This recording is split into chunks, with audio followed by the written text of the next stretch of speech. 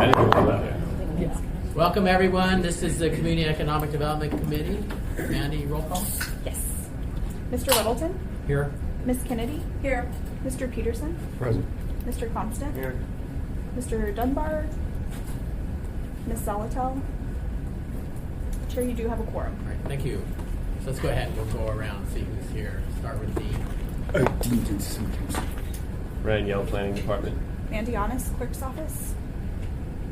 Chris Shirty, OECD. Brett Carson, Circle Cash. Bob Dole, building official. Steve Pannone Engineering. David Husky, Mary James. Your people, Mary Jane. Dan Alcine, JDW Council. Connie Rokas, JDW Council. Tim Mitchell, Mary James. Sherry. Training. Tom Barney, Anchorage Tank. Mike Blakely, Plus Home Services. Amy Edmondson, legal education. Natalie Wilson, legal assistant. All right, thank you. So today, first up is Herbal Cash, and I think you've been here before. So you go ahead and take a seat up here if you want. And so generally we'll have Mandy will talk a bit, and then Ryan, and then we'll have a little discussion. And if you have something to add, just raise your hand and we'll point to you, and then you can chime in. Try not to have little side conversations that way. Sounds good. Okay, so Mandy, what you got? So for the Herbal Cash, it's a retail license application. All of the license restrictions were addressed in the operating plan. There weren't any taxes, fees, or fines found due. All of the safety and security requirements were addressed in the operating plan, and all of the retail license specific requirements were also addressed in the operating plan. The only thing, if you guys plan on doing concentrates, just make sure they're stored properly. Yep. Just be sure what. So for concentrates, there's temperature storage requirements, and they didn't mention whether they were going to sell them or not. So if they do, just make sure they're stored properly. Okay, thank you. And Ryan? Yes, thank you, Mr. Chair. It's a request for a marijuana retail sales establishment within the GC7 district. The site is located within the Girdwood Town Center, southeast of the intersection of Holmgren Place and Lindblad Avenue. The closest establishment will be located within an existing commercial building and will have independent access from other units. Approximately 640 square feet of building space will be dedicated to marijuana retail, and the establishment will be open 7 days a week from noon until 8 p.m. The establishment was previously approved for marijuana retail special use permit by the Assembly on November 15, 2016, through Assembly Resolution 2016-301.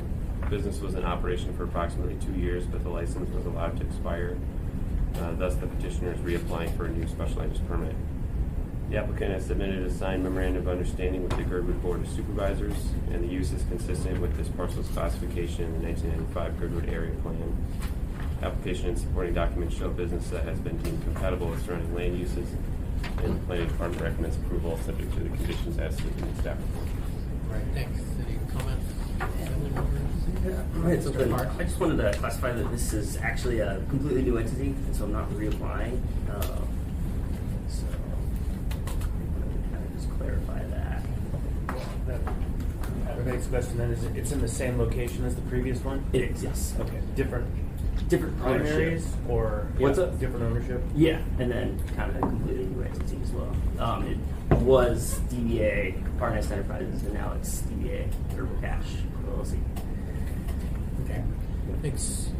Good questions. Okay, I had a couple things. One thing in your packet, it said no comment from GBOS, but there is a MOU with GBOS here, Girdwood Board of Supervisors. Yes, there'd be no comments other than the MOU. So they have the signed MOU that they entered into, but GBOS didn't submit separate comments outside Okay, of so that. it seems like, weren't you at the recent GBOS meeting? that I this came was, and I Right. believe that there was a recommendation for well, lack of the word right now. Can't remember what it was.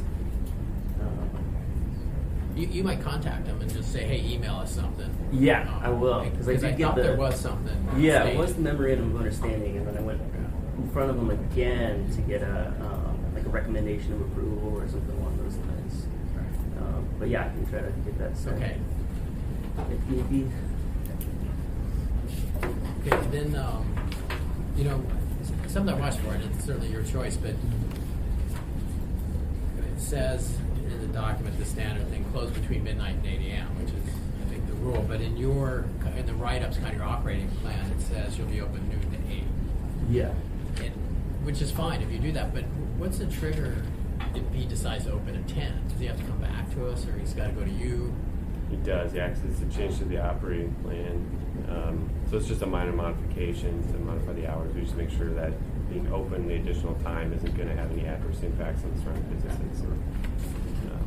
So if these businesses just say, we will be closed midnight to 8 a.m., then they have complete flexibility on their other hours, is that correct? Correct, yeah. So Is that something? you might think about that, I don't Yeah. know. Is that too late for him to go back and change it really quick and say, just to leave it flexible? I think there was a previous applicant, I can't remember which one it was or how long ago it was, but we ran into this same issue and I believe we suggested some type of floor amendment Why don't we do that?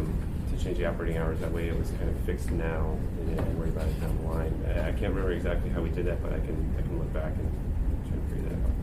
We might be able to just do something, references from to 12 to 8 should be changed to close midnight to 8 a.m. or something. Is that something? Yeah, work, no, that right? honestly sounds wonderful. It just Yeah, saves you absolutely. and others trouble. I don't, because have we had any issues with hours of operation with any marijuana retail?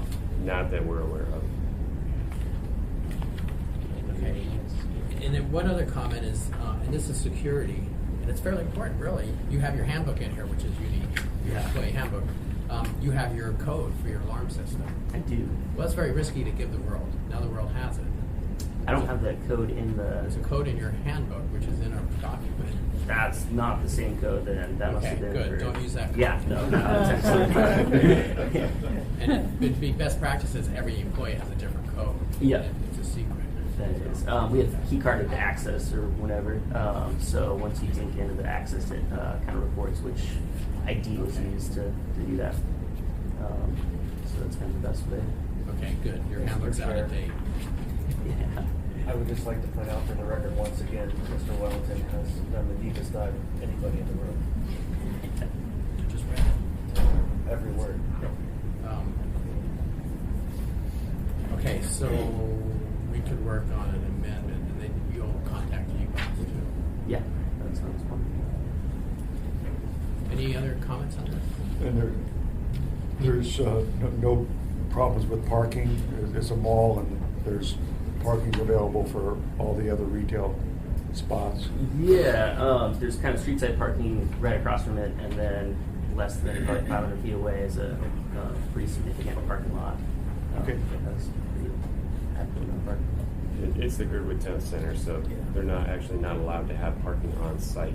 It all has to be within the public space, and then they enter into an agreement with the municipality for those spaces. So we make sure that there's enough spaces for all the businesses, at least in accordance with the standards and code.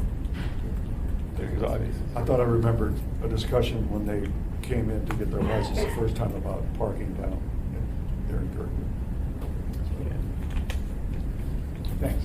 I would just add that this is a unique and interesting place for a cannabis shop. There's like an old record store around the corner and a little Thai restaurant, and it is a perfect little kind of out of time place. And a pharmacy in the other corner of the building. Yeah, that's right. Everything you can need. Okay, so any recommendation? Or this with an amendment to be approved. Second. Any opposition? Okay, all right, thank you. Awesome. So you know, we don't make the decisions, just on Tuesday, this will Yep. come up, we'll open it for public hearing, and then we'll just state, we discussed it, and then recommended approval, but it'll be a vote of the full body. Yeah, absolutely. Thanks. Awesome. Thank you very much.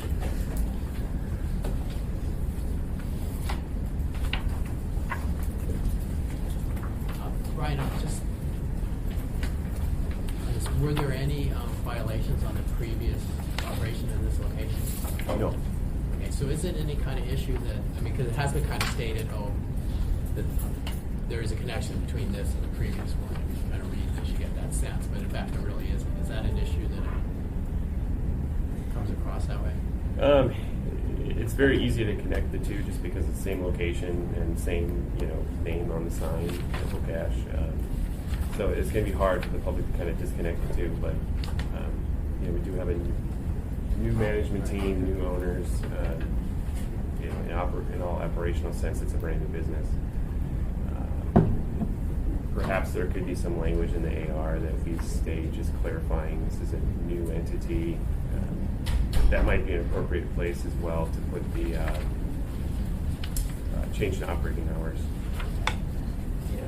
Can you write something up on that? Yeah. So just kind of open the door a little wider with the operating hours, and then just maybe a phrase on here just to clarify it's totally new. Yeah. I'll handle it the same way that we handled the previous amendments for the last marijuana cases, and I'll send them to Dean and CC the committee as well. Okay, great.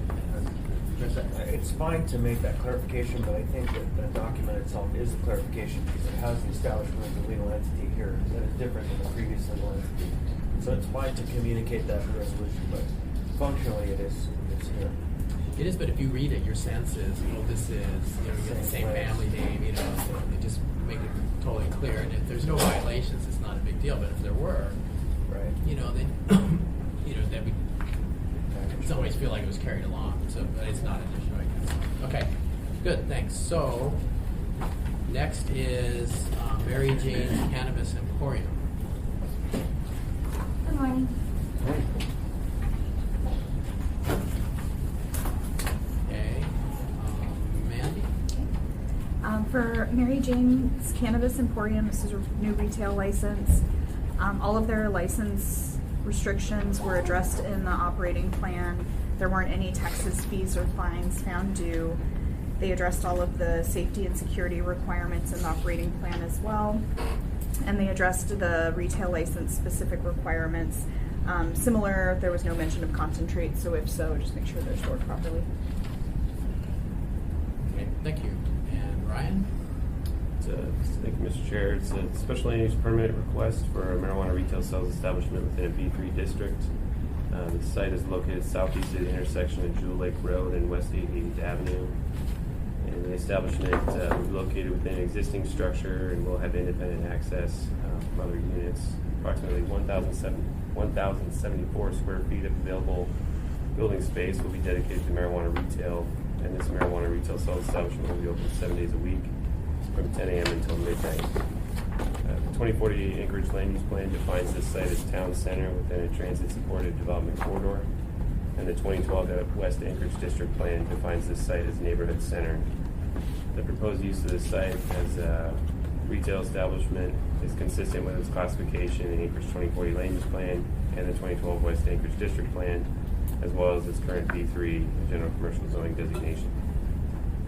Per the October 16, 2017 non-conforming determination, the site is not compliant with dimensional standards for commercial and industrial districts. According to the non-conforming determination, the existing building encroaches 4 feet into the right-of-way at West 88th Avenue, and in addition, an existing sign encroaches 7 feet into the right-of-way at West 88th Avenue. And as a condition of approval, and that'd be condition 9 in the Assembly Resolution, petitioner shall be required to obtain an encroachment permit from the municipality for these encroachments into the public right-of-way. And the application and supporting documents show a business that has been deemed compatible with surrounding land uses. The planning department recommends approval of the special land use permit subject to the conditions as stated in the staff report. Okay, thank you. Any comments from assembly members? Yeah, a couple things. So the encroachment is on the far side of the building, right? Correct. Right, yeah. so it is functionally, the reason the question about the encroachment is here is because there's a special process, but it's not even their shop that is doing the encroaching. And then this is the business, I assume, that we went through all that work about athletic fields. Right? Yeah, so that's just context. Any other comments? Pete? Thank you. And it seems like you had a little problem getting any cooperation from the Sand Lake Community Council. Well, we had great cooperation from the community council. It just the leadership at that time seemed to be not favorable. So we actually met with the community council 3 different times. The first time we met with them was right after the earthquake. And so we sat through the long presentations about the earthquake and stuff. And then at the end of towards the end of the meeting, was late, and so I offered just to introduce ourselves and see if anybody was there to speak about the application in particular. And 2 people raised their hand and said they were there because they got the mailer, but they didn't have anything to say. So we came back the second meeting, which I was out of town for, and so my client and his team attended, and they weren't on the agenda, even though we were scheduled to be on the agenda from the previous meeting. Got kind of negatively, wasn't able to present the way that usually you're able to present. So that was a negative vote. The third meeting, I was there. We had a lot of positive commentary, a lot of good discussion. I mean, really fleshed out a lot of issues. But then when the time for the vote came, there was, I guess the president misunderstood a community member who was calling for the question, and then she considered that to mean the meeting should be over with, and so we didn't even get the chance to take a vote. So that's why I included the letters that had several people come up to me after the meeting and say, why don't you just do what the other guys did and just, for the first vote and pack the house in with votes? And I said, well, that's kind of cheating. In my view, I mean, that's not really cheating under the code, but in my view, that's not the process. So I just asked those people that were concerned about how it went down to give testimony to us in writing. And then I wrote, my handwriting is on the letters that are connected to the project, because I wanted you to understand who is going to benefit from the project that also submitted letters, so that you could see the difference between the two. Okay, appreciate that. Any other comments? Ms. Bowman? Staff, what was, are there other marijuana operations in the Sand Lake Community Council area? One. There's just one, and I think that's Lake Northern Cannabis. And that's the one over off of Diamond. Diamond, yeah, in the old District Wine House. So did they get an MOU from the Sand Lake Community Council? There's a resolution. Yeah. Yeah, the president's husband found an MOU that what did he say, that the MOU that I presented from the Muni, he said it was illegal and too binding, so, and he's an attorney, and so he recommended, which I don't agree with that assessment at all, but he recommended that they don't enter into that MOU. Did they do one for GNC? They did not. Okay, so that's, okay. More thoughts on that? This encroachment, do you understand what the encroachment issue is? No, I don't. Is this the first time you've heard of it? Yes. Oh, really? Oh. Yeah. Can you flesh out a little bit what the process is to solve that? Yeah, so the building was constructed, I think, in the 70s, and it's been there for a number of years, and it's unclear whether or not the right-of-way was expanded for West 88, which resulted in the encroachment. But this isn't something new that's popped up. It's just it was never given an encroachment permit to my knowledge. The west side of the building's been the same way since 1972. This would be the north side. This would be the north side. Yes. Right. On the 88 side, right? Yep. Yeah. So how wide's that right away? I believe that is a total of 60 feet wide. Okay, I'm testing my memory here, but typically it's 30 feet to center line. So your sense now, just practically, it's not over the road, it's not over the sidewalk, but there should be some space in it. Right. I think the 4 feet, it says here, was the overhang, so the building's probably right on it, then a 4-foot overhang.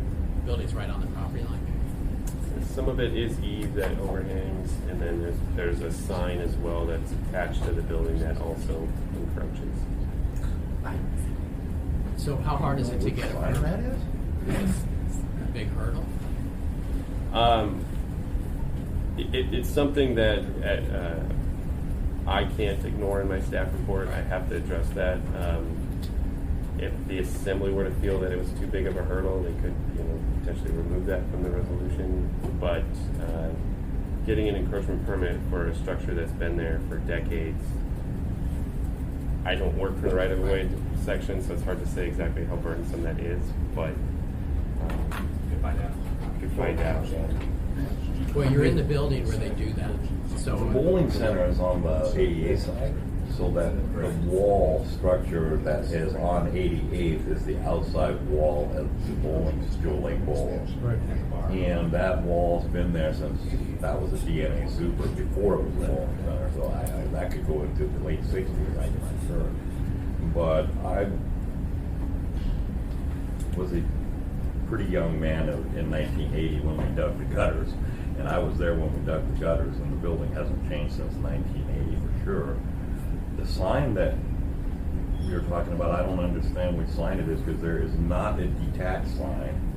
So, and there is not a sign that extends past the building. There's a sign on the building in the front, but it doesn't extend past the building. So I don't know what sign we're talking about. It would have been the as-built that was provided. Oh, that one, that little tiny one. You could probably just put that one down. The storage Oh, yeah, one. yeah, yeah, I didn't even realize, yeah, The yeah. little storage Yeah, sign? so that must be it, because that's the only, Yeah. Yeah, For we the can just tape take recorder, they're that. looking That's at their gonna go phone. down. yeah, it's like a 4 foot by 2 foot sign. The little the storage sign. That's probably been there since, Well, I don't know that we'll have to do this here, but it is in this building where you would talk to people about that, and you should probably find out what it involves. It might be very easy. I don't know. if the it's- last time I dealt with this, I don't know if you guys are familiar with Randy Burton or not, but he was the city, the engineer that was engineering that whole sewage and beautification plan on the corner of 88th and Joe Lake. And so we worked with him on that, and then they did quite a bit of beautification, added some plants, and did some sidewalk work, and they wanted to come back in and do that. There's no place for people to walk over there. And the way it is here's the building, and people are parking right up against it on 88. It's not illegal parking. They should be parking parallel to it, if anything. But there's plenty of space, so they're parking this way along it. And what that does in the wintertime, it totally eliminates any kind of walking space for anybody that lives near there. And I don't know if you know that area or not, but there's literally hundreds of apartments down that road. And so the city was trying to work with us to try to figure out how to put a sidewalk there, but budget concerns and stuff, and they just kind of disappeared. I mean, we would have welcomed, as a business there, Joe Lake Bowl would welcome a sidewalk there, just simply because a lot of the kids that come there, or the customers that come there, I mean, over the years, we've had several, auto accidents especially at night. There's no lights there. People get run over. That sounds like a great project for you to work in a friendly way with the community council. Yeah, I'd love to, and we try to, but it's just there's so many different, once, and this is kind of a weird deal, but Randy, who I had become pretty close to with the Muni that was in charge of that project, unfortunately passed away on a avalanche accident. And since then, I just lost all contact. I don't even know who we contacted. Well, we'll work on it though. Yeah. Okay. So we don't see it in the packet, but I know we've gotten emails on this at some stage. We're from neighbors. And it's been a couple months, so it might have been when you first. Yeah, I didn't see State. anything in the packet other than the letters that I provided. Right. So Yeah, we haven't received any public comments on this. Actually, I've gotten phone calls, but I haven't gotten any written comments. but there were some emails sent, I assume, to all assembly members. It's pretty typical about this, and they're, all the kids going to the school. They're walking right by the student at the school. They don't like the name. I mean, have you addressed this? Is this? Well, we've never seen those emails. So for kids walking to school, I mean, there is already in that building a bar and a package store. So I don't think having Mary Jane's and marijuana cannabis emporium is going to be that big of an issue. There's not going to be an off-site or off-building sign. The sign's going to be very tasteful and put on the building directly. Just one sign in the front. So I think we pretty much mitigated that issue as much as you can. But So students walking down 88 to Diamond High, right? That's the route, is that right? And it's a bowling alley and bar there, and this shop's down at the other end, so they're not walking right by it. No. No, I mean, because it's set back, the parking lot's huge, it's a 3-acre site, you know, so it's, parking lot's huge, and then right in front of, in the parking lot, there's a little green coffee stand, and then, of course, there's the, farther that way, the, gas station, but, I mean, it's all the way set back, completely back in the corner, not around that, you know, where the kids are gonna be going through, so I don't see that would be an issue, but, Well, some people bowling did, center, so- Yeah, some the people bowling did, yes. center's on 88. The building is 44,000 square foot, and we made sure that the shop is on the complete opposite end of the building. And it is where the building is there's a Ronnie Sushi restaurant and a fence along the way, Ronnie right? Sushi, yeah. And then our building comes in where the storage is. So unless you were going to the shop itself, you wouldn't even go to that side of the parking lot. I mean, it's quite a huge parking lot, and there's nothing over there. Because what's next to the shop is a storage warehouse, and there's not even a storefront there until, you know what I mean, for the next 200 feet or so. Okay. All right, thanks. Any other comments on this? No recommendation? Me? And you, thanks. So you said, somebody said they'd be walking to Diamond High? I think Diamond High's quite a ways from there. Yes. Where they Yeah, might, it is what is there, quite a Sand ways. Lake Elementary? That might be where the kids are Oh, walking. it's all right, Sam, where's that? Sand Lake's actually pretty Oh, far that's away. right, That's it's Sand a little Lake. It's all the way. Sorry, through the chair.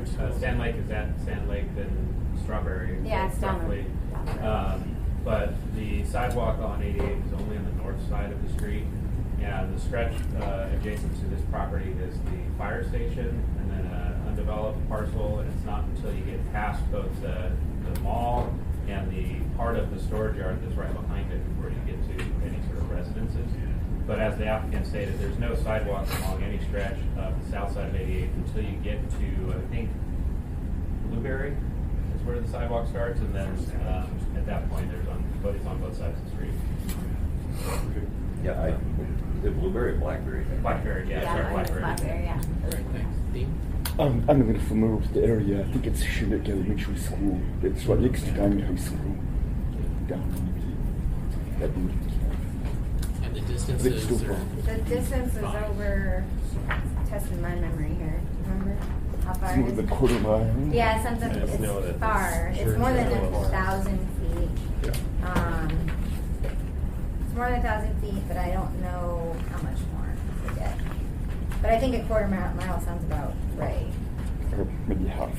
yeah, something. All right, thanks. It's probably a quarter mile. The closest protected land use is religious assembly, so beyond that, I'm not, I can't say for certain Yeah. how close that school is. You might look into it before. I mean, this may draw some attention in the public hearing, and I think that would be a question that kind of fleshed out the issue Okay. there. Because they're fairly passionate emails, as I remember. And my guess is they came to us about the time that it must have been when you were going to the state or something. Yeah, Remember the time. not sure, I mean, we've done 3 community council meetings. The first meeting, we got no negative input. The second meeting, I wasn't there, but apparently it was led by negative input. And then the third meeting actually was majority really good input, so, Community councils, there's a lot of people who want to go there, you know, that are often still concerned. yeah. Okay, so do we have a recommendation? Sure. I'll move to recommend. Any opposition? Okay, so I think you know, so when it comes up, we'll have a public hearing and you're welcome to speak, and we'll state that we recommend an approval, but it'll be a vote of the full body. Okay. And then check on that encroachment just for your. Yeah, we'll work on that. I would think since the building was built in the 70s, you'd be able to get grandfather. I think you might be able to get grandfathered for that since the building was built in the 70s. Okay, awesome, thank you. Okay, so next up is issue on septic tanks, and they owe 2017-129, which went into effect on May 1st. And we've had, it's kind of the catalyst here is we had some emails from a hillsider who was worried that there's no steel tanks being allowed right now, and we're in the building season. And this, I kind of want to flesh out who, what, why, when, and where. So we have some empty seats. So I think if you wanted to be able to, it'd just be easier, you'd set up here, and then anyone from staff. Is that okay, Chris? Is that? Yeah, that's fine, John. Ross, I mean, you have staff right there and accessible. If you want someone at the table, that's fine too. If you, sitting up, and Bob, certainly, if you can sit here, just so the recorder will get it cleanly. And then when people speak, make sure you say your name so the recording will be accurate. And what I'll do is, I'm not sure who will introduce it. I guess Bob or Ross. Do you want to kind of tell us where you are with it? Okay, Mr. Chair, I propose I give an overview, and then staff will fill in the pieces after me. Yeah, that's fine. If that works, Mr. Chair. Yeah, sure. And then, so if you guys want to speak, it helps to be at the table so it gets recorded well. Or if any, Steve. Join us at the table. We have empty seats. Okay. I don't get invited to the table very often.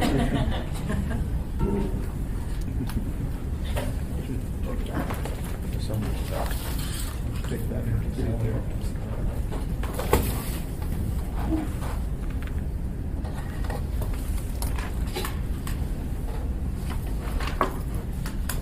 For the record, I'm Bob Dole. I'm the building official for the municipality of Anchorage. Here speaking about concerns about implementation of this ordinance. Looking at this and looking back at, I think a preliminary issue, and I saw the letter last night, is the issues when raised by a specific applicant about how we are interpreting and executing the laws by the building official and staff are most appropriately brought before the technical review board as the entity that specific interpretation should be brought forward as the preferred way forward based on our overall scheme of our ordinances in terms of how we do business. Besides the technical review, I want to speak briefly to a couple of the issues, the quality control of the calcs, that I think is probably the big issues here. I look at the quality control issue from 15 years in military aviation maintenance, including dealing with fuel cells that are steel and how you address with making sure they're properly maintained, prepared, and treated. And also 3 years looking at quality control programs of Boeing and Bell Helicopter in a very in-depth way. Frankly, I think it's fairly simple to go forward in this case. My offer to Anchorage Tank, if you can find 2 hours with me tomorrow or early next week, I will meet you at your site and we will work out an outline for your quality control plan right there. I think this is simple. You found what looks like a good product. We just have to make sure we have the process in place to show that how it's going to be applied will work and meet and carry out what's required. It's no different than when we send inspectors out to look at a foundation footer or other things as part of the building process. And I really think this is far simpler than you think in order to have a functional quality control program. So my offer is give me 2 hours at your site. We will probably work this out real fast. The other side is the calculations. Given how the tank has changed and the shape and the nature of it, it's appropriate for staff to ask for calculations. They're prepared to give the back and forth on the history in terms of the time in between comments and receiving those additional comments, why the calculations are appropriate. And reminder that on calculations, what we routinely do in our world is if there's a disagreement with how we're doing something, an applicant has the option to pay for us to line up third-party review. We do that with geotechnical, we do it with structural and other issues. So there is another appropriate venue to address that as well. So I have staff here to fill in the pieces from there, but that's kind of an overview of how we look at it. I think the quality control issue is quickly fixed. And by the way, it's proprietary information.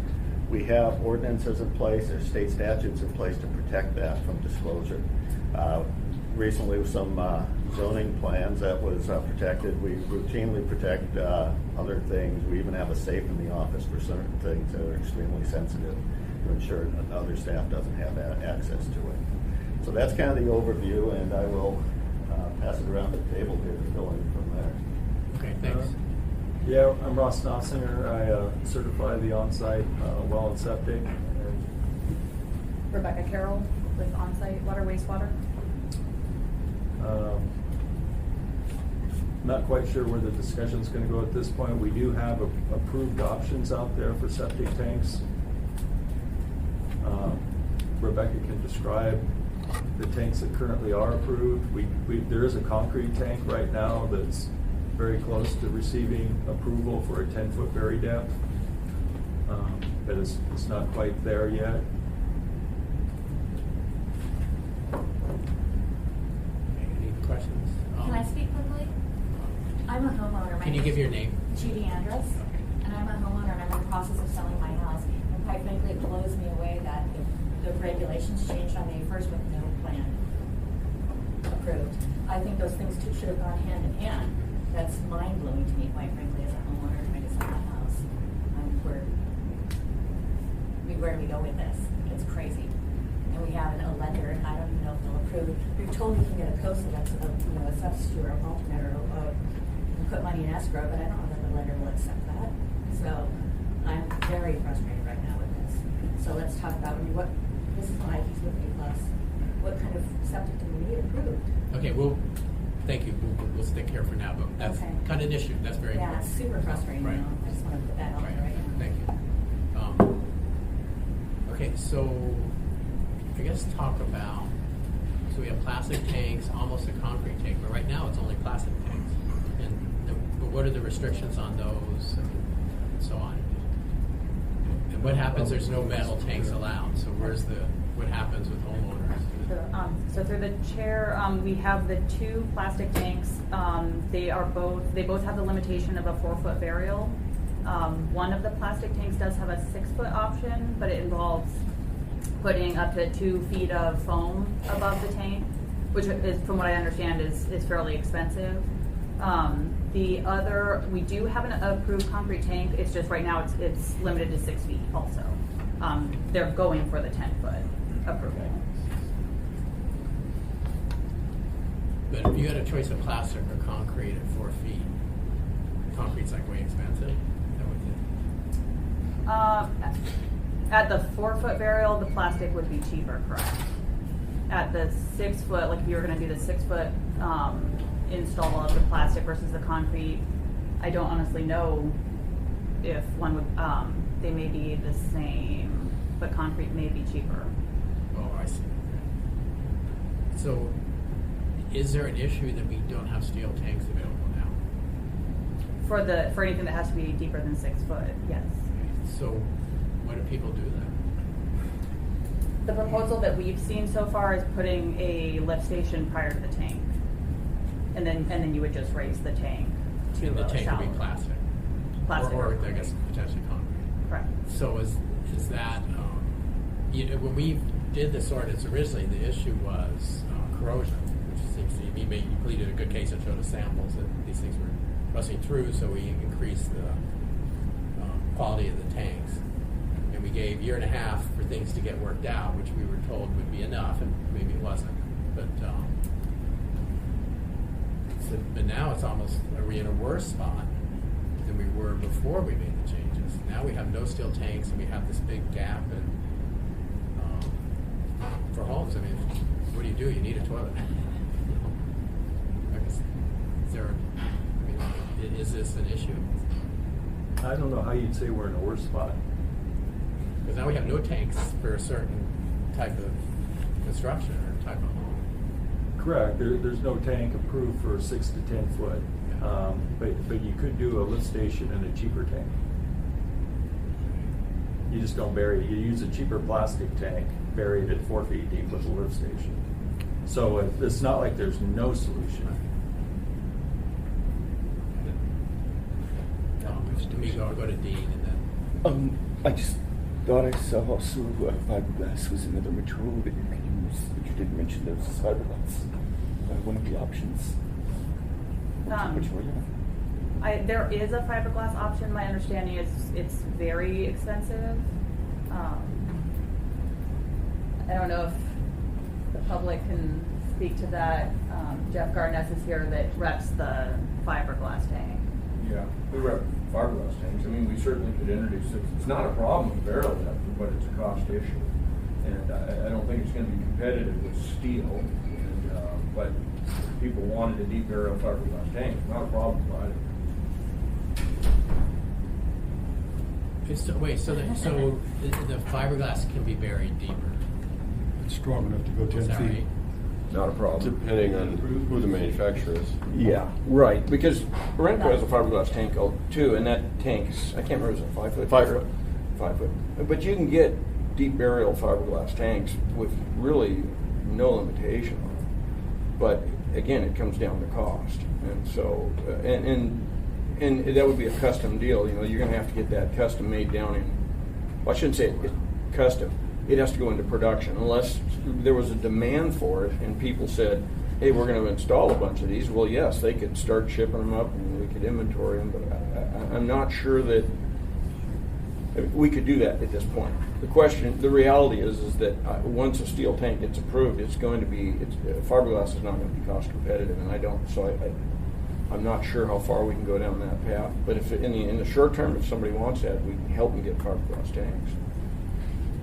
So were they to, or maybe these are approved, do they have to go through the quality control process and the calculations and all as well for the fiberglass? And have you done that? Is that ready to go? We would be going through Xerxes tanks. We're the reps dealer for Xerxes fiberglass tanks here in Alaska. They put in probably 50% of all the buried fuel tanks you see in the country under all these driveways. They do all their structural calcs at the factory, submit all that. So not a problem getting the structural calcs on it. They got a factory safety about 7 in their tanks because they've designed their tanks for fuel. You spill fuel and you got a huge problem. You spill wastewater and you got a small problem. So to clarify, they are currently approved for 5 foot, I believe. Well, they're standard residential tank, but you Yeah, we already have it currently approved for 5 foot barrel in groundwater here, but we can get the what we call the adder on it and get a 7 foot barrel like that, and the next adder level and go to over 10 foot. So, but And they we're can not go going in groundwater. Yeah, they can go completely submerged in groundwater. Currently, they're approved for 5 foot in groundwater, but we would have to see additional calcs for the deep, if they wanted to keep going deeper. Yeah. Bob? Mr. Chair, or through the chair, and factory calcs are available for them. Oh that's not a problem. They'd have to do it for all their major projects anyway. So they run them right at the So the factory. calculations you're looking for, these guys are doing it, it's kind of standard stuff, and you were just looking there, but handbook or something, it's there, is that, what are we logistically talking about here, or practically? I mean, so these calculations that you're looking for the steel tanks, they're already done for the plastic, and you just go through their manual or something, is it there? For How the does that steel work? thing? Well, say for fiberglass, what would be the issue if he has a request for one that would be 10 feet deep in groundwater, now he needs to go to you, and you're going to say, show me the calculations. Correct. Does he, and if the company just says, oh, we have them, here they are, you're done. We would review them. And then for the plastic tanks, those were already done as well. Correct. Okay, but steel tanks, there's no standard manual for a steel tank. So the status of the steel tank structural calcs, they have previously been approved for 10 foot burial, but not in groundwater. So the only item that's holding up, or that we're requiring on the steel tank calcs, is if they want to put them in groundwater, they have to provide new calcs. Which we've been putting in groundwater for about 35 years. What I'll do is I need to, because we'll jump out, so if you want to talk, raise your hand. That's all right. Take turns, and then identify yourself too, because we record. Jim Jensen with Anchorage Tank. We've been submerging these tanks in groundwater for 35 years. In fact, some of them in a wet hole. Jeff and Steve can attest to that. When we have groundwater, we have a strong buoyancy factor, and we actually make a steel strap, protect it with a neoprene between the strap and the steel tank, and concrete in the hole to hold it down. And it's the same tank we've been making for 35 years. It's the same tank.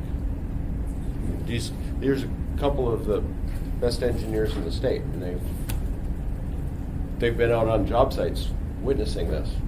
Okay, well, I think do you guys have questions? I'm jumping.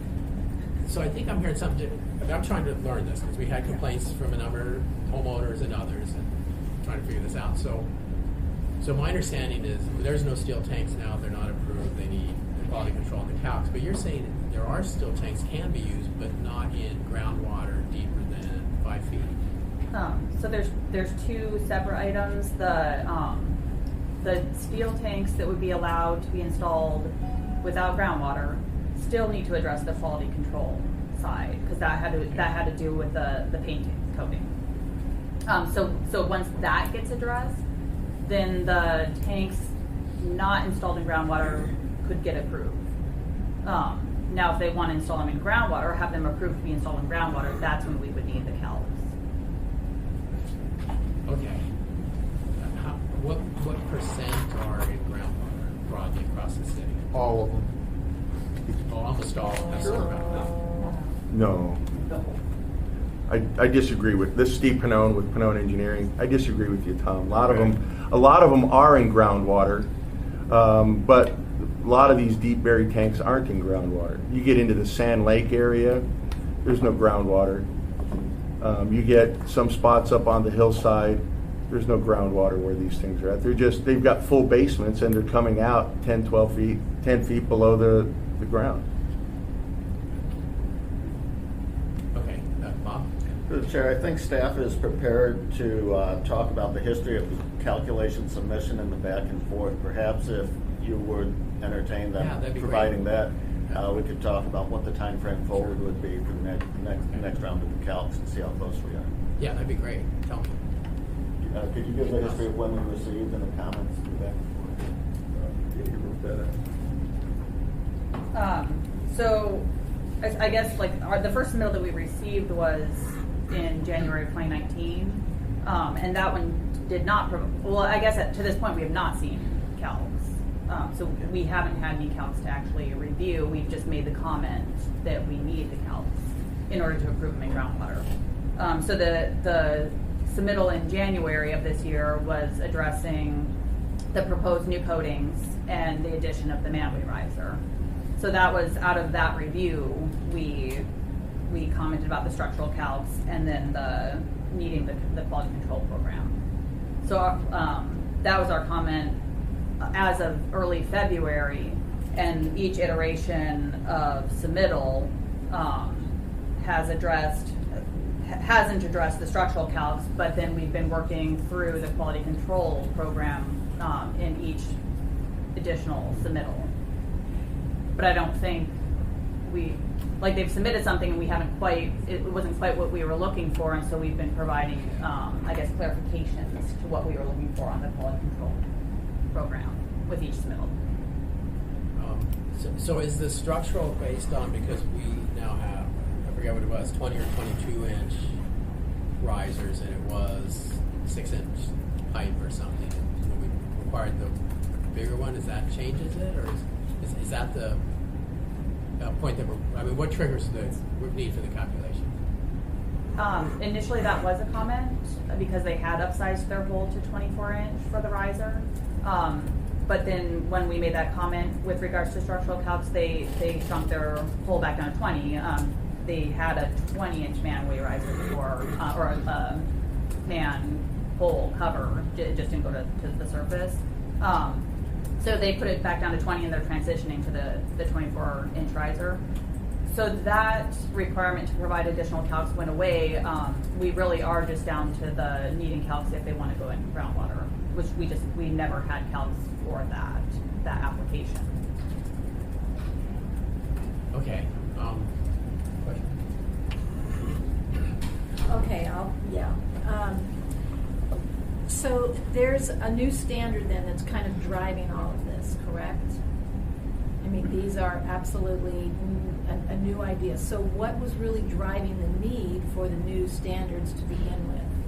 What was wrong with the old tank, so to speak, or the old way of doing it up until this point? What was happening? Rust never sleeps, as the song says. Okay, yeah.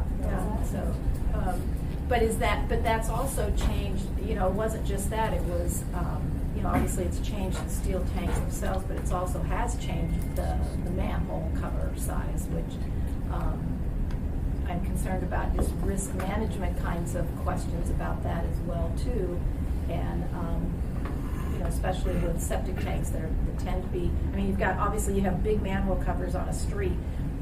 you can tell if kids are messing around playing with that. How accessible to the public or to kids or whatever are these larger holes as well?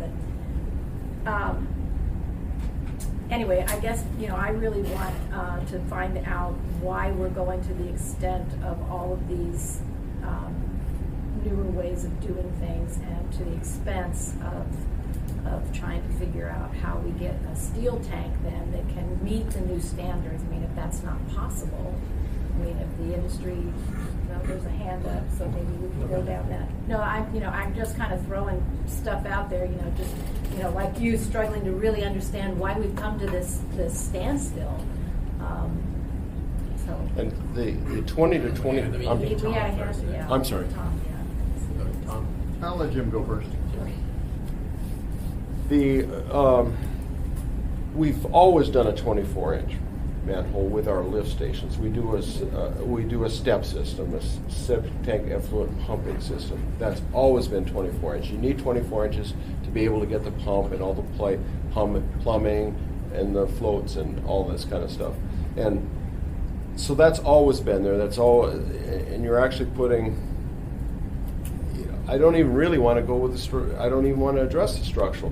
When this ordinance came out, it was we want a better coating and we want access to inspect the front end of the tank, and that's what we anticipated having to do, and that's why.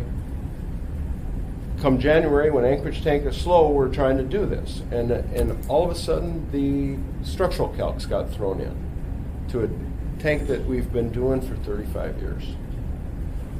The spirit of the ordinance, I understand that. We were in a competitive market where we adhered to the Uniform Plumbing Code. Appendix K talks about the structure and the manufacturing of a steel tank, and it verbatim says coal tar pitch coating. I mean, that's what it is.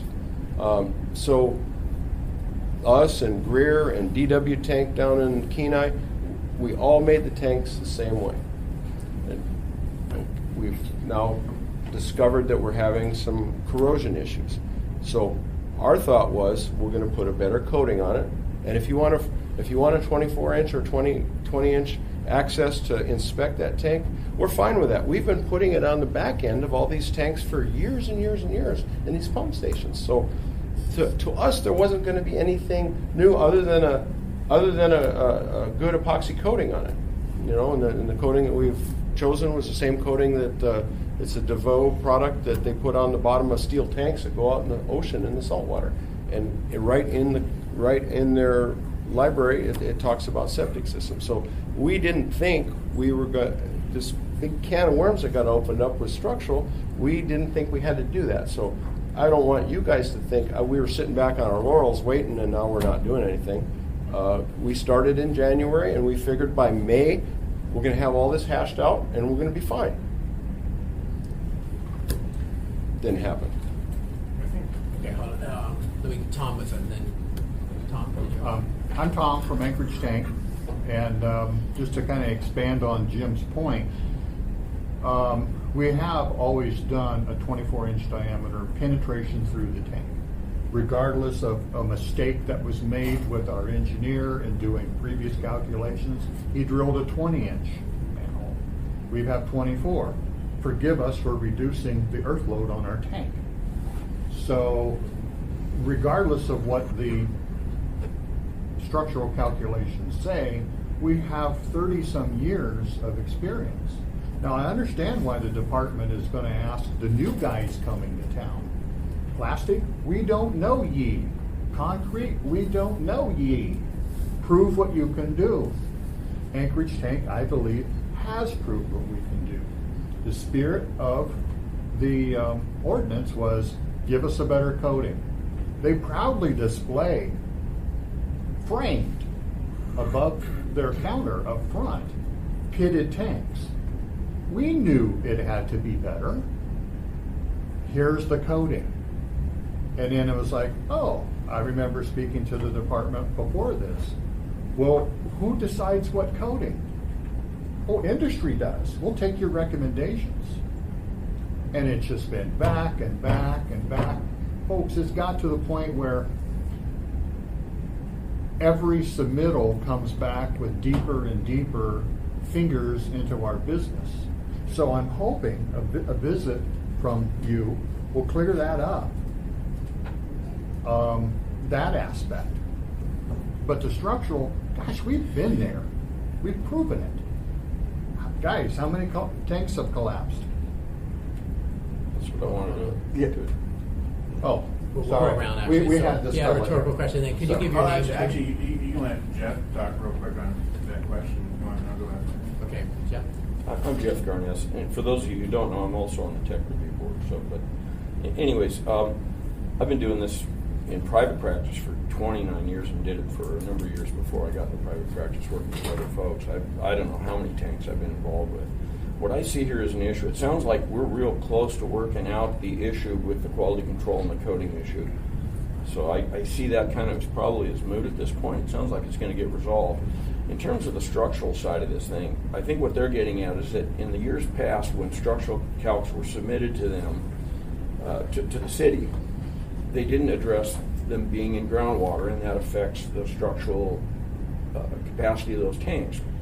What I will tell you, though, is I've been involved with the installation of hundreds and hundreds of these tanks. Steve, hundreds of these tanks. I know of no tank yet that has ever collapsed upon initial installation, a steel tank, due to the soil load. So what I'm getting at is I believe that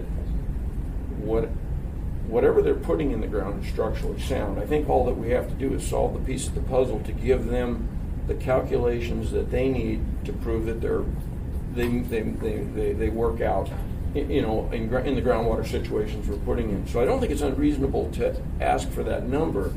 But one thing I can attest to, at least based upon, you know, our empirical data that's out there, these tanks are structurally sound.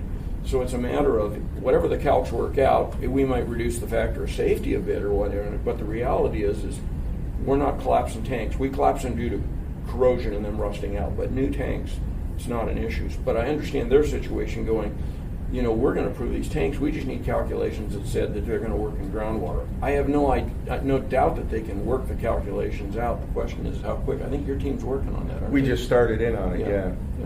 The program's a pretty in-depth program, in case you're wondering. Must be. Yeah. I mean, because it's finite element. They're requesting multicolor and showing where the stress and strain is on things. So it's a pretty in-depth program. But how quick can you get that data to sort?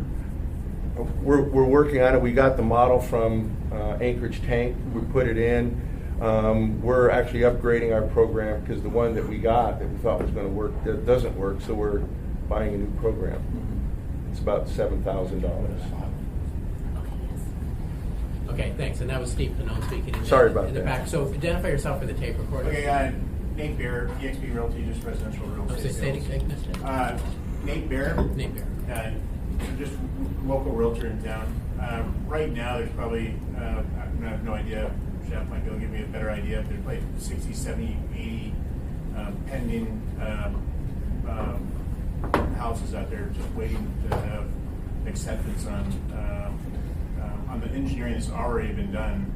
And it sounds like you guys are probably close to coming to some sort of decision, but it seems like it would make a lot of sense to just get waivers for the properties out there that have really good engineering for new tanks because of the new engineering right now. But right now it's the busiest time of the year for relocation coming up here. And right now, we have a figure for a steel tank to be buried. This just fantastic tank by Jeff. But the other option, these are all these pending deals right now that are getting new tanks. The other option that was defined to us is going to be another $5,000 or $6,000, which is substantially more. So you have a lot of pending deals right now that we're probably going to fall apart if you have to go that other route. So it would be good to get some sort of waiver or some sort of idea to get the deals through right now. You guys started in January. Oh, go ahead, Jeff. Well, hold on, I'll do that part. So it seems like just the deals are on the table right now. This would be a great thing to do, like in January, February, we can have a fraction of the deals going through right now. But this is the prime relocation time right now. It's just tough to be in limbo for a week or two to even more than 10 days for real estate transactions. Okay. Well, thank you. Crystal? Yeah, I absolutely appreciate that. That's a good segue for me because, obviously I can't get into the nitty gritty on the details of all of this engineering and the technical part. I'm learning a lot, but my big concern is, specifically homeowners, and people who, they need a tank tomorrow because their system failed yesterday, and so there's a lot of that going on. We're like 6 weeks into construction season right now, and a lot of things have been put on hold, and it's not just, it's an issue all the way out in Chugach Eagle River. That's where I really first heard about it. But that's, I think, what we really need to look at is what's the immediate fix while everything else, all the other details get worked out. I hope that we're close to some kind of a decision on the technical part of this, but in terms of dealing with the issues that everyday homeowners have right now, we've got to do something. So we had maybe had a conversation with really what are our options in terms of putting things on hold, or providing waivers, or however we do that to allow people to just kind of get this done and use their bathrooms. So, Okay. I mean, that's a basic need, right? Okay, so I got hands up, so I'll work around. Okay, so Jeff? What I was going to bring up and see what the department thinks about this would be, on these homes where they're closing, would one of an option be for them to get a conditional COSA until the steel tank issue is resolved on some of those? So that, in cases where I've got a couple I know where we've got a steel tank design, we don't have a concrete fix. If a concrete is approved in a week, we could do that or something like that. But is there some cases where if they got to close, could we just get a conditional? I mean, I think getting the steel tank approved is really a formality at this point. I know the tanks structurally are sound. You just got to have the calcs. And it sounds like we're going to work out the coding. If I may, what we're hearing from individuals doing the calcs is they don't calc for groundwater. Okay, so now we've got an anecdotal situation where we don't have known failures, structural failures, right? Other than corrosion-related structural failures. So it would seem one option would be is if the company, all right, the calcs don't work. However, we've tested this over and over again, and we know it doesn't fail. If they would warranty against structural failure, that would seem to be a path to address that aspect of the calculation. Just throwing that out there. Another problem we're dealing with is a level playing field. We've got all these entities now submitting different tanks, plastic tanks, concrete tanks, and whatnot. Some of these entities are coming flat out and saying our tank does not count for groundwater. Therefore, these are the limitations of our tank. Would it be fair to take another tank that also doesn't count to groundwater and let it go in groundwater? Would that be fair to this entity that's, not letting their tank go in groundwater? Because they would likely do the same. They're just not willing to push that safety margin. Can I just ask for clarification on that? So you have some companies that say their tanks, they know, are not suited for groundwater. Correct. Their calcs can't demonstrate it. Okay, so in other words, they don't have the data. It's not that it doesn't work, it's just that they can't prove that it does? Correct. But that's a different thing. No, they won't allow their tank to go into groundwater. They won't allow it? Yes, Okay. because their tank doesn't count for groundwater. They're not. These companies sell maybe thousands of tanks or hundreds of tanks. They're not going to allow their tanks to be installed in situations where they may structurally fail. Okay, so they're saying it's possible that No, they they're would not fail. saying that. They're saying this tank is approved to be buried 4 feet deep, not in But groundwater. not in groundwater. You're Or- talking about plastic. Okay. Yes. Yeah, I guess I'm just trying to get at, so why? What's behind that, and what information and data do they have that supports their rationale for saying that? Let me just work. So we have a number of people in line and made some notes in our work around, but for people who aren't assembly members, we're restricted on how we can talk to each other by open meetings laws. So when I'll pick assembly members quicker because, when push comes to shove, end of the meeting, we can all meet with you individually but as a group to be able to speak. So if it looks like I'm giving preference to assembly members, yes, I am. So and even to staff a little bit. So, but I've got, we'll work our way around. We've got 24 more minutes at least for this room. So we'll patch this out. And I think this is a very valuable discussion for me. So so I think we had, I guess Bob, and then I'll go Pete and Chris.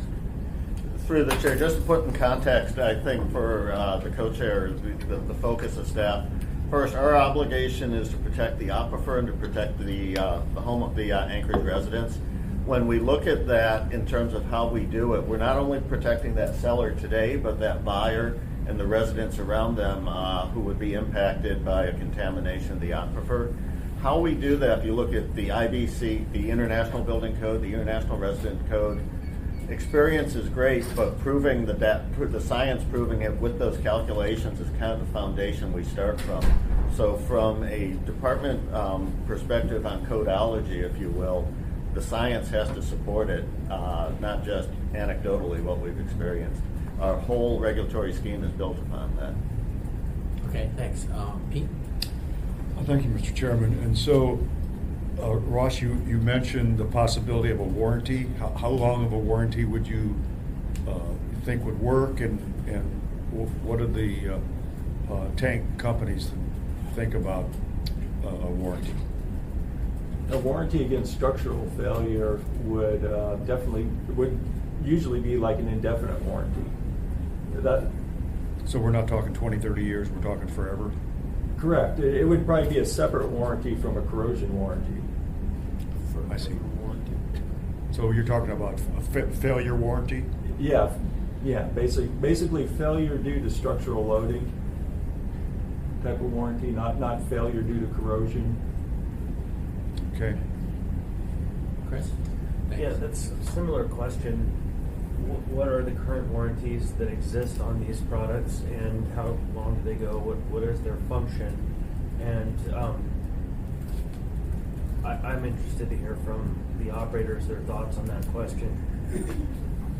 Okay, thanks. So that leads us to work around. Jeff, you could address that or whatever you were going to previously. Well, in terms of the warranty, the only thing I would say is, just kind of being the devil's advocate here on one thing, is that the duration of that warranty, if that tank's going to structurally fail due to earth loadings on it and groundwater, it's probably going to happen in the first couple of years when you find whatever groundwater situation. My only concern with requiring an indefinite loading or an indefinite warranty on the structural side for the steel tanks would be is the coating system. We're looking at this as an improvement. I guess I'm not sure it's safe to say it's going to stop corrosion of these tanks forever. It's going to probably delay I don't know. Maybe I don't know what you guys' sense is from the manufacturer's viewpoint. But instead of making this a 20-year tank, is it going to make it a 50-year tank? But at what point does corrosion become an issue again? I mean, it's only going to take a pinhole somewhere in that coating to start the corrosion issue to go on. So the question is it really something that you could warranty indefinitely? Because eventually, is it just going to corrode?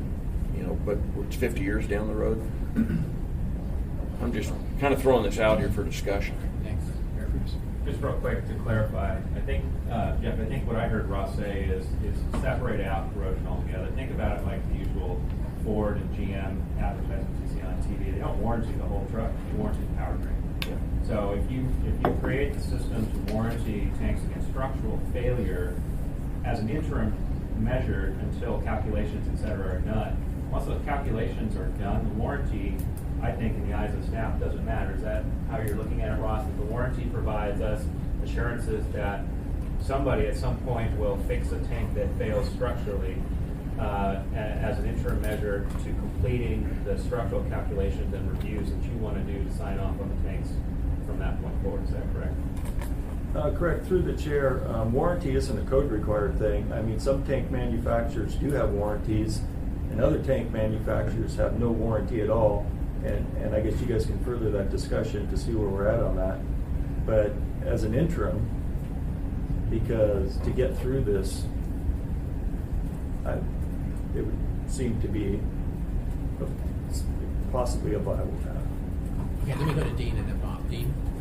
I wanted to ask about the difference between the calculations for structural and the life of the tent and corrosion. To me, it seems if you have a corrosion or some corrosion, that structural integrity is going to be compromised. Is that true? So how can you say they're separate and there's no correlation there? And you call an indefinite warranty for structural. If you have some corrosion and tank, structural integrity is going to be compromised. So I've been trying to understand that. Through the chair, that's a good point. It seems to me you should have some iron limit to the warranty duration. I have a question that's on that line, and that would be from the building official's perspective and the theory of protecting all of your neighbors' groundwater. I think, don't we want a product that we're sure isn't going to structurally fail because of some modification so that all the neighbors don't lose all their water? Isn't that really the goal here? We'll let Bob deal with that. Through the chair, the optimal goal is that we have a safe product in the ground that we are confident will not contaminate both the homeowner and the adjacent properties, the aquifer, because it's hard to clean out an aquifer. It's smaller than petroleum, it's still an issue. That's the desired end state. When we issue on occasion what's called notice to proceed at your own risk, where we don't have something quite approved that we believe will be approved, and that scenario, a contractor, when building something, would usually put a performance bond or another mechanism in place that in case it does not work out, i.e. either it is not approved or it does not work out as planned, we can still make the homeowner whole and replace that. And I think that's what inspired Ross with that provision. The optimal goal, though, is to protect the aquifer because of the widespread impact that can have and the difficulties that presents. All right, thanks. That's good. Saying Tom is next. You were going down. Oh, okay. First, I just wanted to say for the record that at the beginning of this week, I had no idea this committee existed. Having said that, I don't want to make it look like I'm trying to go over your heads or do an end round. It's been a long struggle since January to try to work this stuff out. We haven't given up on it. I argue against the couch, but we're still moving forward. And we're talking in circles with warranties and stuff. I say drop that. I submitted a warranty, a 5-year warranty in an earlier submittal to you folks. We've hit every engineering firm in town to try to do finite element tests. And either, hey, we're busy, we don't have time to worry about that. And so we had to twist Steve's arm a little bit to take this on, and I'm sure glad he has. But it's a great expense to everyone. So that's why we've been pushing back. Not that, oh, we don't want to do it. It's like, really? Okay, well, yeah, really. So we're going to try to move forward with these counts as quickly as we can. I see us not having a full line of steel tanks. Just to give you a preview, what we're having Steve test is a 1,500-gallon tank. We're going to call it the multi-tank. It'll be a 1,500-gallon septic. It'll be a 1,500-gallon step system. It'll be a 1,500-gallon Advantex tank. As deep to China as we can get that thing. So if someone wants a 1,000-gallon steel septic tank, they get a 1,500. Because we have parallel construction things happening at Anchorage Tank now. We'll have Muni tanks. We'll have the rest of the planet. So we haven't stopped making those traditional tanks for the rest of the state. So yeah, I think coming over will do a world of good. And but yeah, I just want to let you know, I didn't know these guys existed, and I hadn't dropped anything. We're still moving ahead. So.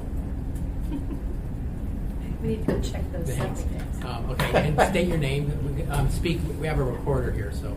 Mike Blakeslee with A+ Home Services. I just want you guys to know that your code changed, so it's going to cost the homeowners probably an extra $4,000 to $5,000 for every tank they put in the ground. I don't know if you guys were aware of that 2 little changes that you made. That's what it's going to cost each homeowner.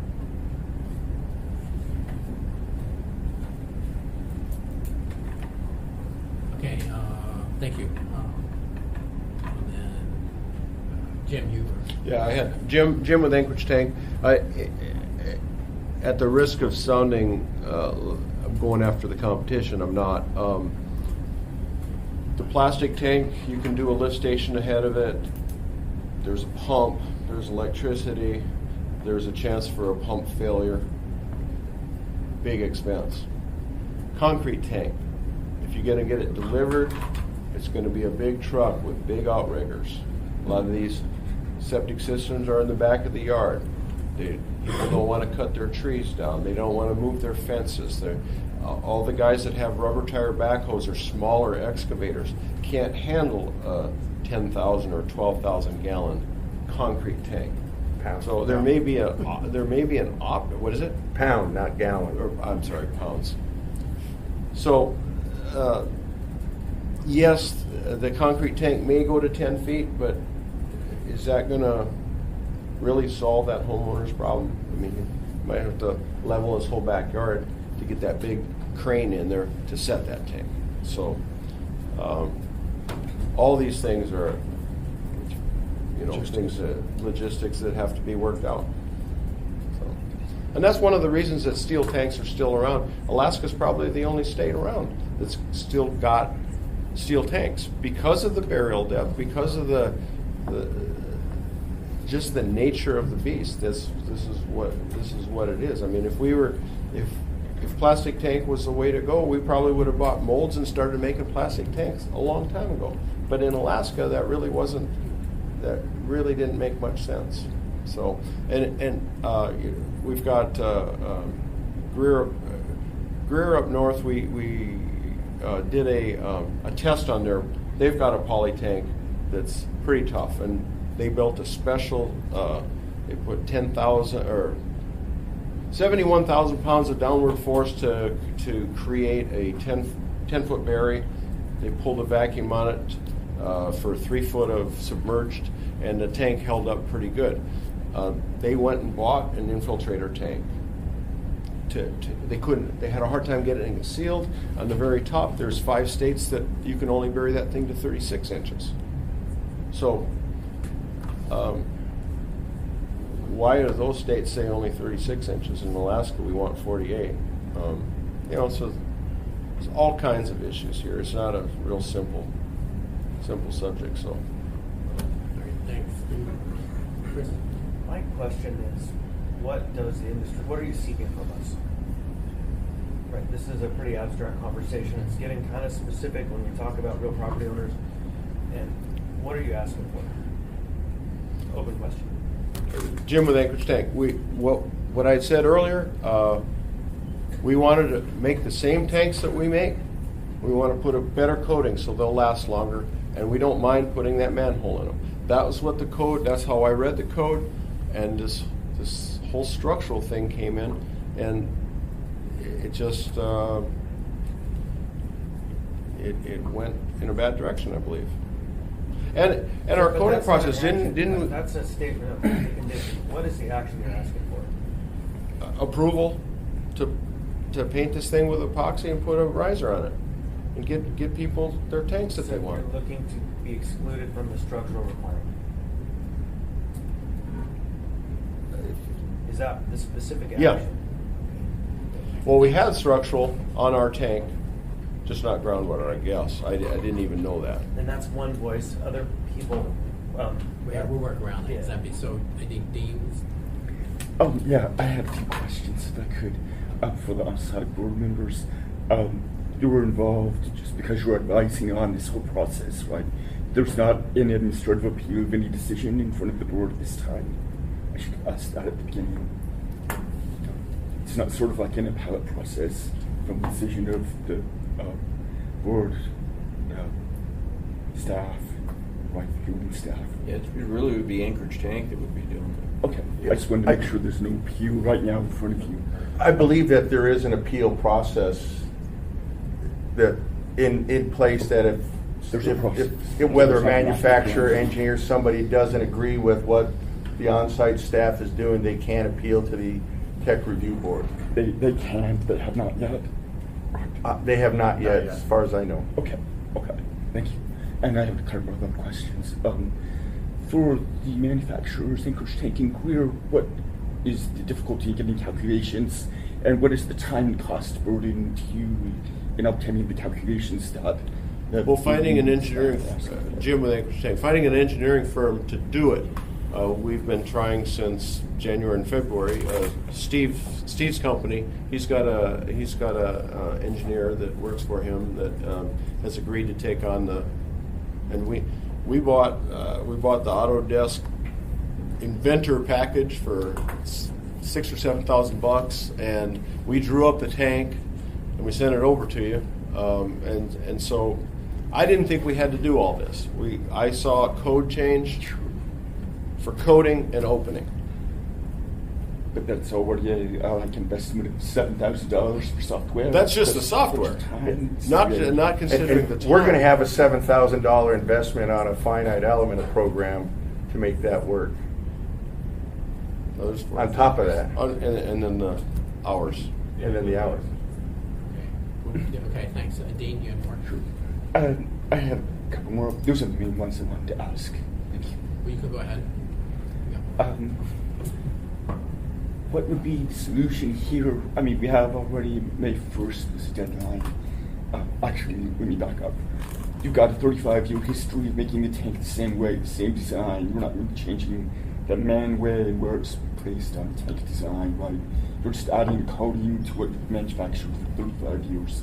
So in the 35 years, do you have any incidents, or what's the record of failures or structural failures of steel tanks in 35 years that you've installed them in Anchorage?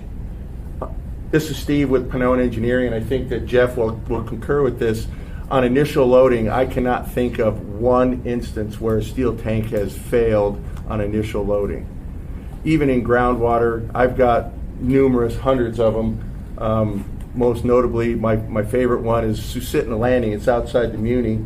It's 10 feet deep. Groundwater's at 2, and it's still working. It's been in the ground for 10 years. I can't think of a steel tank that has failed on loading. They've failed because of corrosion, because of the coating, but not because of the structural capacity of the tank, initial structural capacity of the tank. I haven't seen one fail either, and I don't know, Anchorage Tank may have more knowledge of this because you guys make them. I assume, have you ever had one that you're aware that structurally? So that kind of gets back to what I was saying before. I think somewhere we're going to figure out in the calculations, it's going to be a factor of safety probably related issue or something. We're going to go, yes, it can handle the groundwater at these levels with this factor of safety, and then the question is going to be is you know, your department going to go, yes, we can live with that factor of safety. The tanks are holding up. Okay, we're getting close to the end, and I know staff was generous to all come out for us. I know you're really busy, so we want to go. So if you could briefly, and then we'll go to Nate. And then Again, Judy Andrews, homeowner. So my tank was an 82, and we've not had any problems with it. And it's a steel. I believe I'm here 1250 gallon, 10 feet down, not standing water. I think the epoxy coated steel is what we're looking for. You asked over there what we were looking for, and that's or a conditional coaster. I mean, we've already put $3,000 to $4,000 into it, and we're no further along. We have another 88 at least under it. So the $7,000, I don't know how to toss that to you just to get this through for your software. Great. Thanks. Yeah, I think there's a lot of great ideas here, but to filter to the top, there really are a lot of pending approvals right now, and a lot of deals are going to fall apart if something's not done soon by this room or committees, and that's just so it can be pushed off 2, 3, 4, 5 months or whatever time it takes. But just for people within the next 2 to 3 months, summertime, it'd be amazing if there was some sort of decision made today, tomorrow, the next day, real soon. Okay, thank you. So I have a question for someone. When would the next on-site review boards meeting be? Do you call them as needed? No, we've scheduled them out. July 10th. Okay. So since we're near the end, what I've got, Dean wrote up a ordinance just to get things going, because there's a lot of concern about having no steel tanks available, and I think what we're hearing is there is a certain situation that's not too uncommon where the plastic's not going to work, concrete's not going to work, steel works, and I supported the ordinance that dealt with the corrosion, and but I have a problem, and I have a problem with lift tanks to plastic. I mean, when electricity goes out, you still got to flush the toilet. The nice thing with steel tanks properly placed is they just work. So this, what I want to do is put on the addendum tomorrow. It gets in play because we have at least 2 weeks before a public hearing. And my expectation hearing here is we may have it all solved before this comes up, and we just end it 2 weeks after this coming Tuesday. But I would like to see it scheduled for the on-site. I think that's certainly, this is an issue I wish it had done months ago, but it wasn't. Put it out there, and then it sounds like the basic calculations for not in groundwater is really done. You just need to go check their quality control, and those calculations are being done. And so, Steve, is that 2 weeks from now they'll be done, and when this comes up for public hearing, we just move on? I sure hope they're done in 2 weeks, yes. I've got Joe working on it very hard So that's right now. not a bad, it could happen. It could happen, yes. Okay. And that would be... I hope it can happen. Okay. Yeah. So, so Dean? Yeah, so the draft ordinance that was just handed out, I want to say I drafted this just from what I heard Mr. Rhodes describe to me. After hearing the dialogue this morning at this meeting, I don't think this really addresses or maybe solves the problem. You can convince me that it does. But from hearing the discussion this morning, it seems to me what is really needed is an exception or waiver from the calculation requirement to some other code provisions in here. I need to look at that some more. But all that this does here is backpedal from the two requirements for septic tanks, the design for the 20-inch man ray, and that doesn't really seem to be the issue at all. So, and also the counting, that's sort of the issue, but it's more the calculations, right, for the takes place in groundwater. I don't think that this ordinance would address that, but if you think it does, I would like to know from the technical folks in our staff. Thanks. And the intent was really, we had an almost, I think it was 15-month or something delay from this 2017 whatever thing, and the intent was just to extend that so we can get some steel tanks for people who need them now. Go ahead, we can work around Bob or Can we go through Ross and then maybe? That's fine. Check? Okay. Yeah, I mean, through the chair, I mean, this is going to impact the concrete tank people and the plastic tank people who have been investing a lot of time and money in getting their products approved through the assembly to just let them go back and install any sort of steel tank under any sort of condition. They're not going to be able to compete. So this is really like, kind of a gut punch, I would say, to that part of the industry. If you did want to go this route, it should be very specific to deep buried tanks and not just throw the whole thing out. Okay. Mr. Chair, I believe a legislative solution may not be the most time effective or do the best right by the citizens of the municipality. My recommendation in looking at this, if we can quickly resolve the quality control issue, and I have time tomorrow, that just freed up, as well as Monday, I think with a word, somebody that knows word after we can probably get something together pretty fast for review. We heard discussion here about warranty if they're prepared to proceed before the calcs are in. If we look at a 5-year period, 5 years isn't going to be corrosion, it's going to be structural. If they would do a 5-year warranty at that point against structural failure, it would meet the requirements.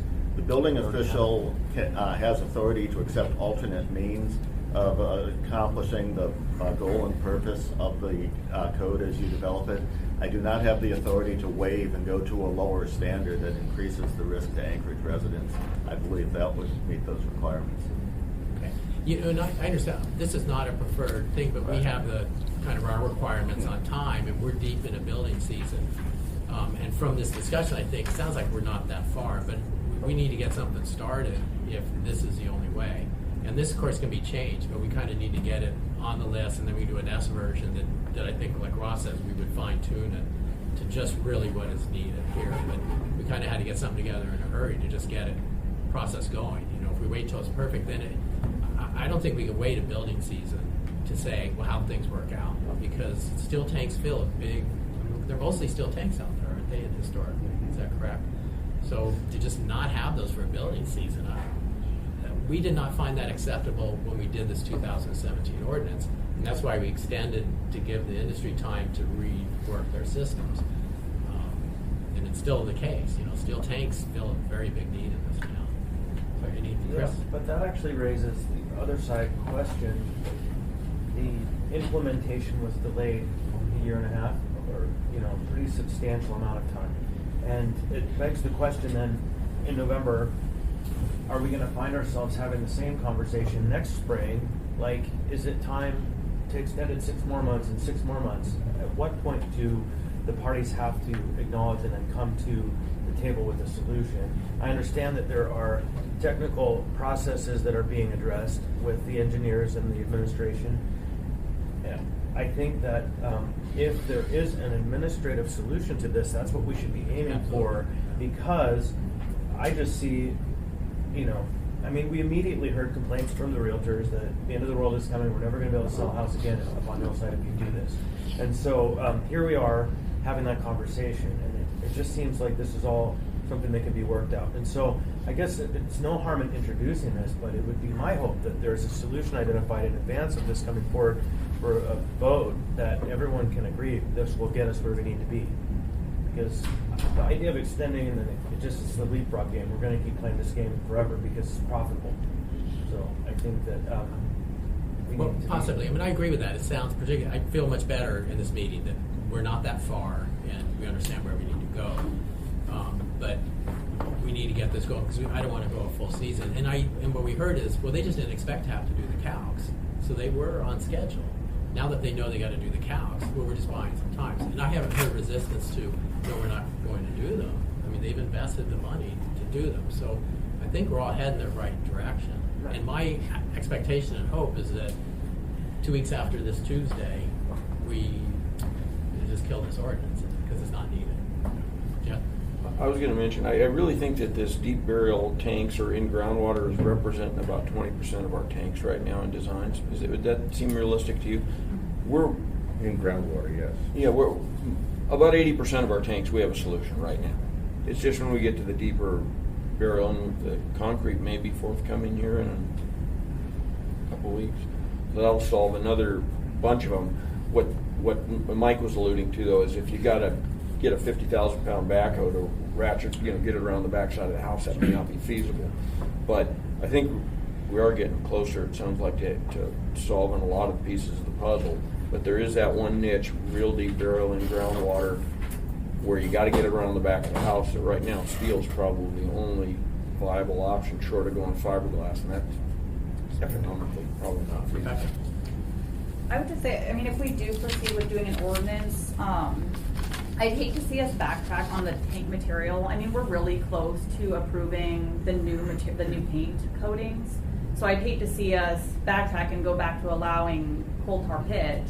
I think if we do an ordinance, it would just be to extend either the approval process for the calcs or something, but still require it to be with the new coating. Sure. Totally open to that. I think we had Dean. Is it Dean? Oh yeah, I want to put a hard date on this, and then in the process, this ordinance could be passed at the earliest July 9th. But I hear people saying we're close. That's sort of a relative term, depending on perspective. So it's close, 3 months or 2 days. It's July 9th, something that you can complete. All you need to do to get this moving and get approvals in place is out of the time. That's when the assembly would vote on something like this, the July 9th meeting. Question. Okay. Thanks, Steve. Pete? Thank you, Mr. Chairman. You're talking about the epoxy coating. How thick is the coating?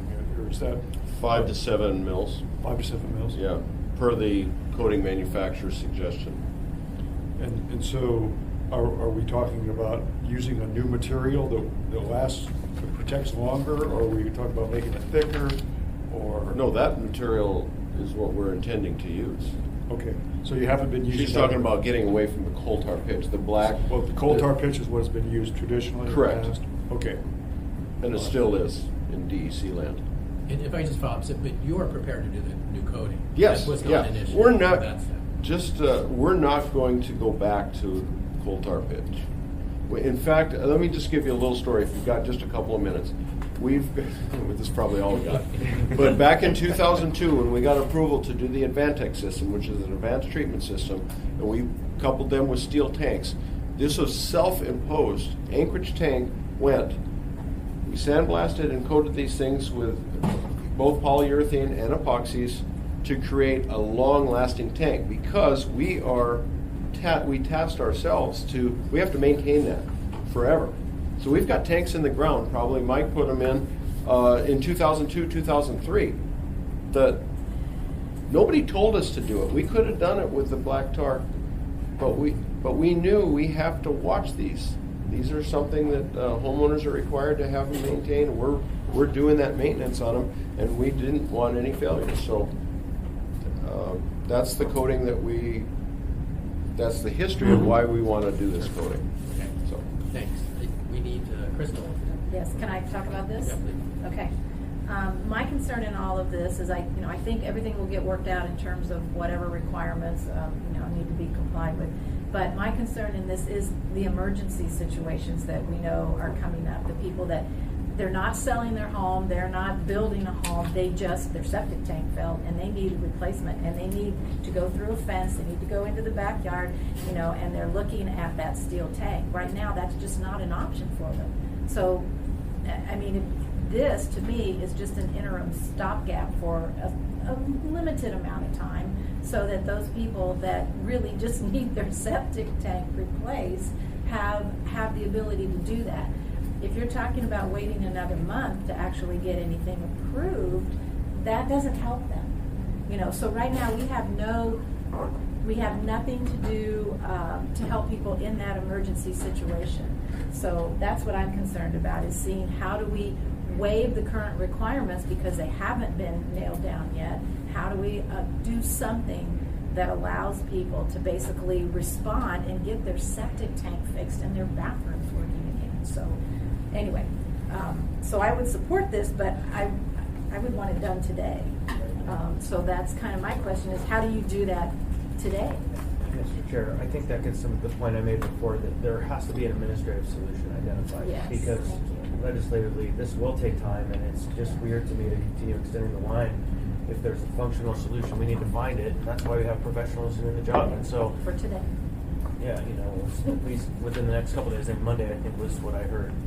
And so that's the administrative solution is the best solution. Okay. Dean? Yes, Mr. Doyle mentioned the administrative solution is alternative means, right? You already approved those. Is that something that you could do more immediately if needed, to address Through the chair, if you go with the added expense of the lifting station, there are tanks that can be installed today that are not steel. Or you can go with steel with the lifting station above water today. So for the person with a broken septic tank today, it is pricier, but we can fix that today, and hopefully working with Anchorage Tank. And I'm looking at an expert here, so whatever I said, I'll listen to him. Yeah, in terms of pricing, it's not really that much more expensive, because we take that plastic tank, which is much cheaper than a polycoated steel tank. We set it at a shallower, so we dig a shallower hole. We put in a much less expensive tank. Now we offset those costs by putting in a pump vault and hire an electrician. Overall, the cost is not that much difference between the two. I heard $8,000. Mr. Chair, the department takes no position on the relative pricing or marketing, but there is an alternative available today if they go shallower with a lift station. Steve, and we'll have to wrap it up in a moment. Okay, I'll be real quick about it. When you put in a lift station in front of a septic tank, you're putting in a grinder pump. So your effluent quality coming out of that grinder pump, you are now taking your suspended solids And instead of making them one size, you're making them 1/8 to 1/4 inch, which takes a lot longer to settle out of solution. And so as you go through a septic tank, you're beginning to get particles going out of the septic tank into that drain field and causing a premature failure of the drain field by putting a grinder pump in front of a septic tank. So you have to oversize your septic tank. We oversize the septic tank, yes, that's Yes. exactly what we do. Yeah. Yeah, that's exactly what we do. And it is money. Money, I'm money, just money. saying, that the cost difference, I see this probably between, putting in a deeper burial poly-coated steel tank in the ground and putting in say an infiltrator tank with a pump vault. The pump vault's a couple $1,000. The tank's a couple $1,000. That's $4,000 about right there. You're putting the tank in a much shallower, then you have your electrician's gonna run you at $1,200 or something like that. So it is more expensive, but I'm saying it's not like it's ghastly. Is it the ideal situation? No, it's not the ideal situation to put a mechanical thing ahead of the tank, but we can do it. Actually, I've got a design approved already to do that in a situation where we didn't have a tank option for us, and so we increased the size of the tank, put a plastic tank at a much shallower depth, and put a pump vault ahead of it. And it's gonna work fine. I would have preferred to have been able to put in a deeper burial tank, but we did a workaround. Okay, wrapping up real quick. So we've got this in front of us, and I'd like to introduce something, so get it on the addendum, so that's like noon tomorrow. But, we can create an S version. We'll have a couple weeks. But if you can look at this and say, real quick, here's some quick changes, because I think your point on the coding is great, or you know better, and say, how do we get this down to just the core issue? If you do it before Friday, we could make those changes, I think, before noon Friday. If you can, then we have time for an S version. I don't want to turn your next today on its head. Mr. Chair, there are approvals of septic systems and installs that will get held up by diverting staff to this. I understand that. Anything else? All right, thank you. Thank you. We're adjourned.